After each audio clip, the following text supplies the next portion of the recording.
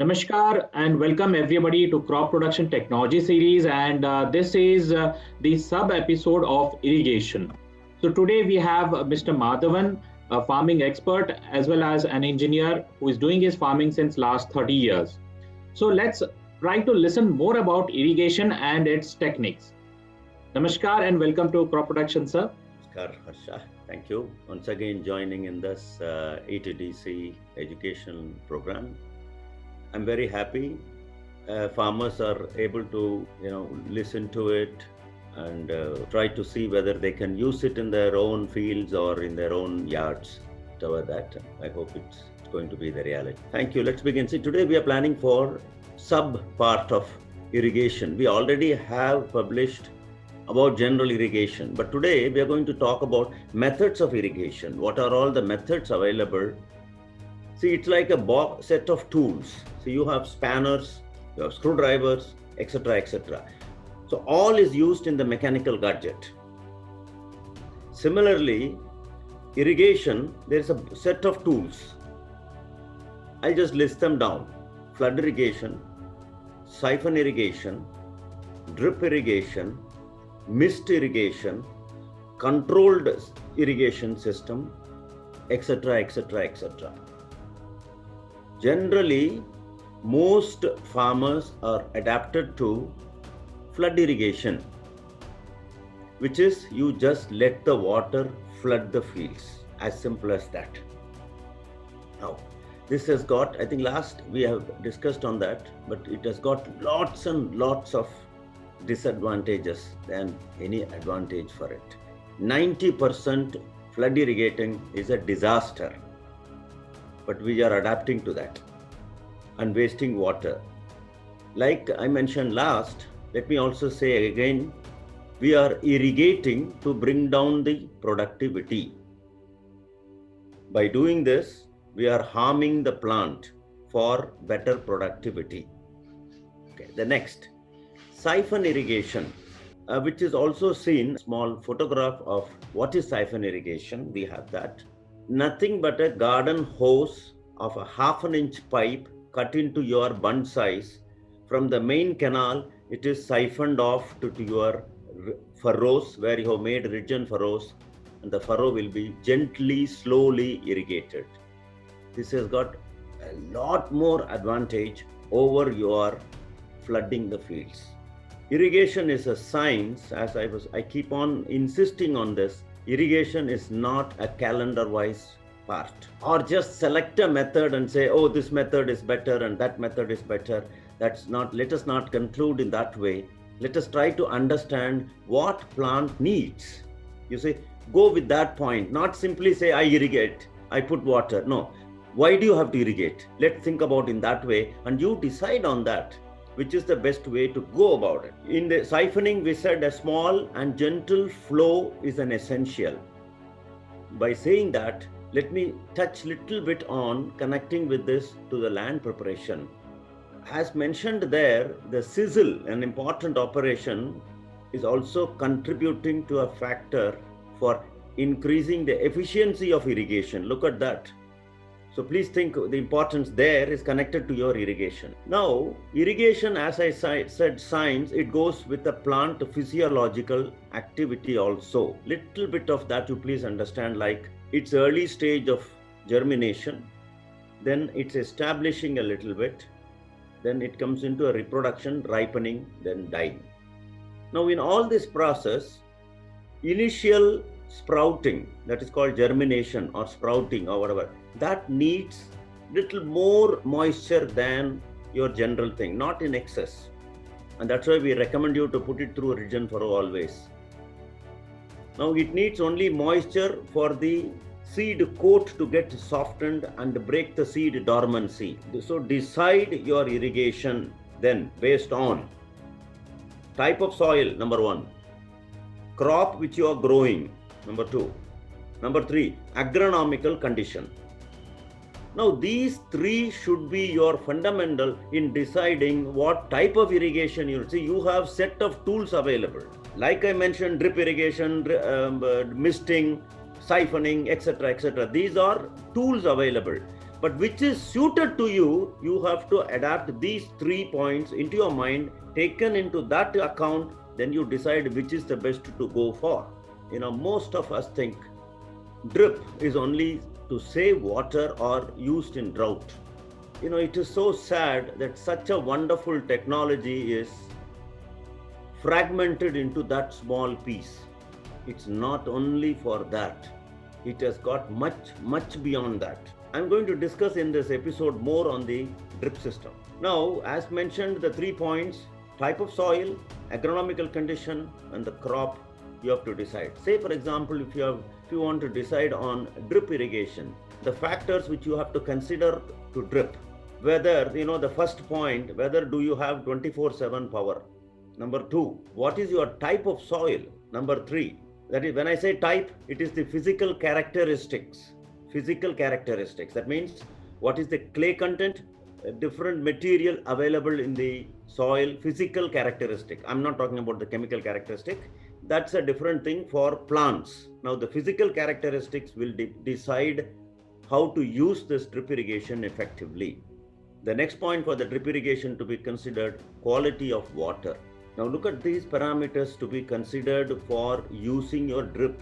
So, just because you are in a drought, you can't put junk water or a sodic water into the system and the whole system will collapse. Just imagine if you don't have a power and you have only 4 hours of power and you drip all that in 4 hours and then stop for 8 hours. It's again a disaster. So drip means you have to drip slowly depending on the plant requirement and not, wetting that surface continuously. That is not a good idea to do it. So when you are using a drip, consider all these points, please. Otherwise, the drip will not yield its result as it is intended to. As I kept on saying, it is such a wonderful tool. And we are fragmenting into just for saving the water or say some, it minimizes the weeds. These are just nothing. What it can do is enormous. If we can use it properly with all these parameters which I was mentioning it to you, quality of water, 24/7 power is a must. So when you need, you got to irrigate. When you don't want, you cannot. Now you have to select these drips based on your soil characteristics also. Say your crop requirement of water varies from the day you sow, the day you harvest. The day you sow, maybe you have to run, very little water just to get the seed coat, the seed coat to get softened, seed dormancy to break. That's all it needs. So if you don't have a power during that time, imagine then what happens. You can't blame the drip. Now, the next one.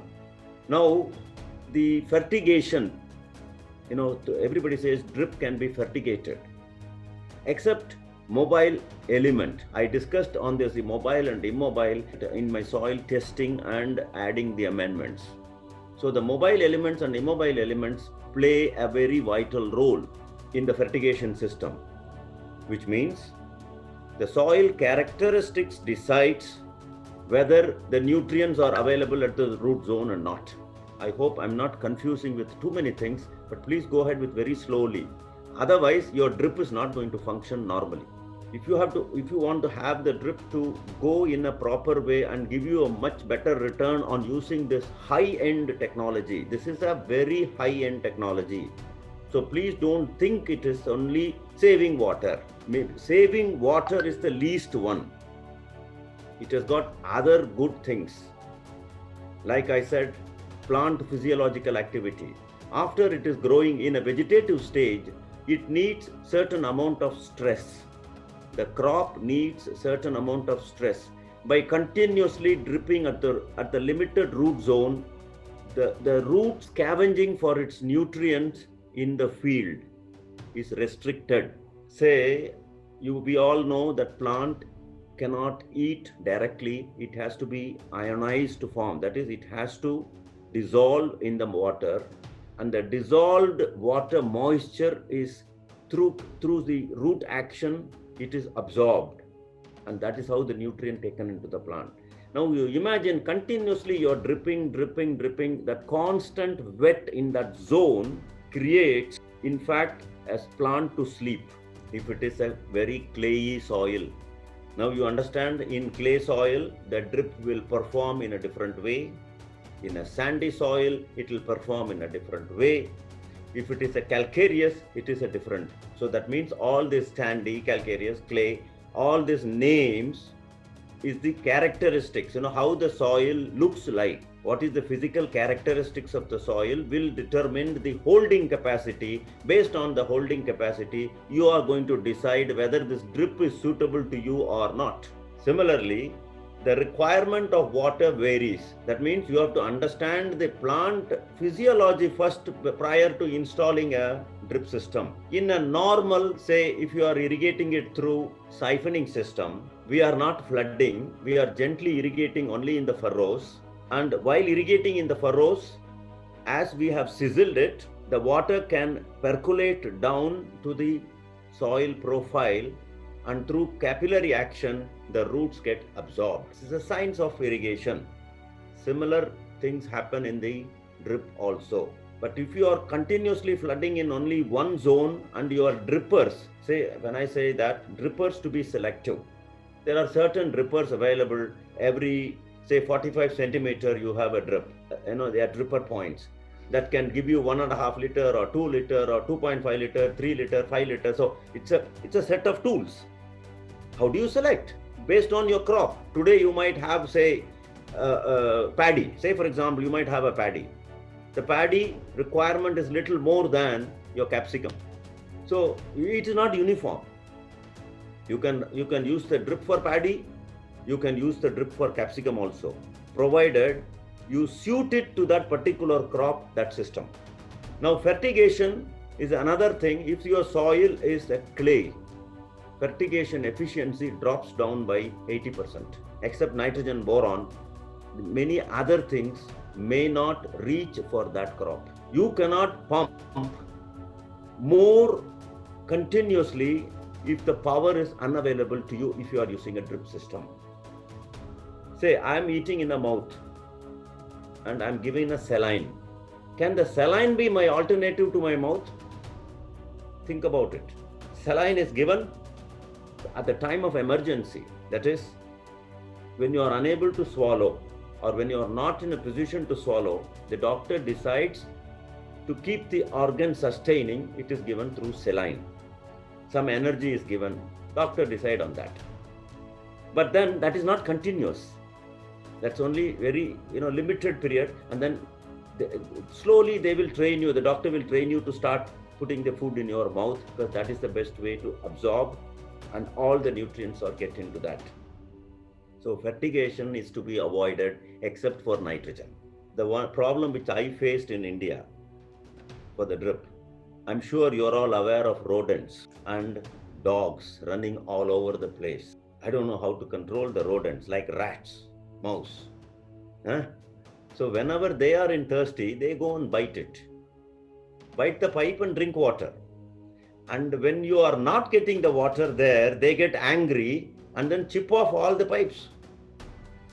And say you are having, 100 feet away from it, there was a broken pipe in it. And you have not gone in to check all 22,000 running feet every day. You have to check. Look at the maintenance part also when you are selecting a drip. It is a wonderful tool. I keep on saying this is a state-of-art technology. But how to face all these problems? You know what I did? I'll put the picture on that for you. Wherever it was dripping, when I had this rodent issue in our conditions like India, I put a small mud pot. So the drip will be dripping to the mud pot, small mud, like a plate, mud plate, clay plate, baked clay plate. So it will drip and fill up that and then overflow it to the crop. Now when there is no water, all these animals will drink that and not trouble my pipe, because they get wild when they are not getting the water, especially in the night. See, rodents are all nocturnal animals. They don't come in the day. Nocturnals, they come only when the sun sets, so in the dark, and you are away from the dark, they go and bite it and you are not aware. So what you think, I have a artificial intelligence connecting my valve 1 and valve 2 and it is irrigated. and you don't know at the 200th feet, a rodent has cut off your pipe. These are the things which you have to consider when you are doing the drip pipe. Now in the siphoning, we had a problem of flooding the water through the canal, and the transpiration loss was much more. So what I did was, instead of allowing it to flow, I'm going to put a small piece of picture onto your screen where you can see it's a simple contraption where you don't have to flow the water through the canal itself. Every 30 inch or every 60 inch, a small 10 mm pipe will be flown slowly and gently like siphoning, but this is more a fixed sort of thing. We are a power-starved country. We have to accept all this as a farmer. We may not get a regular power service. And we don't know when the power comes and when the power goes. Even that is not sure in the farming. I have experienced that in the 30 years of my life in the farm. And I'm sure each one of you is also part and parcel of this. Unless few farmers can back up with the generators, which is very rare, very, very rare I can put it. Because it's not efficient to run that also. Our diesel cost is so high here. I used to do that, but I have stopped it now. Now, this power cut can also be avoided by using this simple contraption which I showed you using a siphoning method. Now in the siphoning method, you are making the water to flow through furrows, the furrows are made using the tractor and the tool. We explained that in the ridge maker. It's a V-shaped, that is deep and narrow furrows. It is very deep and narrow. That means the transpiration loss due to the agronomical condition is minimized. And you have accomplished to a large extent of 60-40 ratio of water, that is moisture and air. And that is how the crop performance is much better. By constantly inundating them or constantly wetting at the root zone also breeds fungal infection. Now, consider all these facts. I put too many things to you. I think you have to go through it slowly. Go back and listen to it 1 or 2 times more so that you will understand what I'm trying to put in. I'm not threatening you. I just want to make you aware that these are the things needed before you consider to select what type of irrigation is needed for you. Once again, I'll repeat it. We are, especially in India, we are not considering irrigation as science. And irrigation is 100% science. Consider that in that particular format and go accordingly so that your irrigation should increase your productivity and not bring down the productivity. In the present condition, it is bringing down.